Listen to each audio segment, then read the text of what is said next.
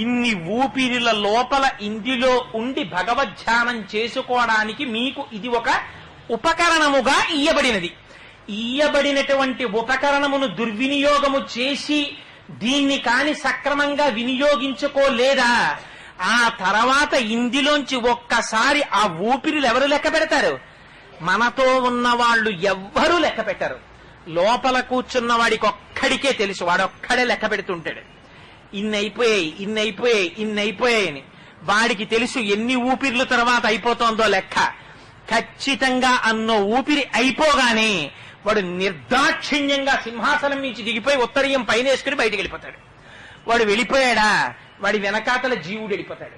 పతిం విశ్వస్యాస్మేశ్వరగం శాశ్వతగం శివమచ్యుతం. వాడొక్కసారి వెళ్ళిపోయాడా, దేహం కింద పడిపోతుంది. అప్పటి వరకు కాలు తగిలితే నమస్కారం చేసిన కొడుకు మా నాన్నగారు వెళ్ళిపోయారంటాడు.